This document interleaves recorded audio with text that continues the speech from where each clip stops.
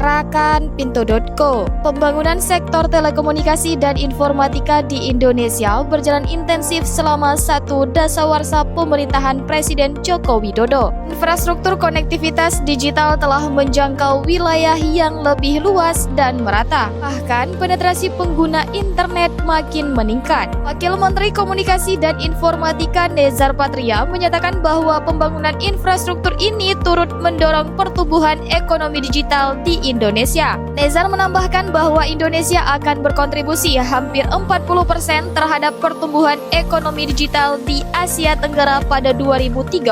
Namun, untuk mencapai target tersebut dibutuhkan sekitar 9 juta talenta digital yang terampil. Nezar mengajak seluruh ekosistem industri telekomunikasi, pos, dan informatika untuk bekerja sama mendukung pertumbuhan ekonomi digital ini. Mau tahu berita terupdate tentang Aceh? Baca berita selengkapnya di Pintu.co.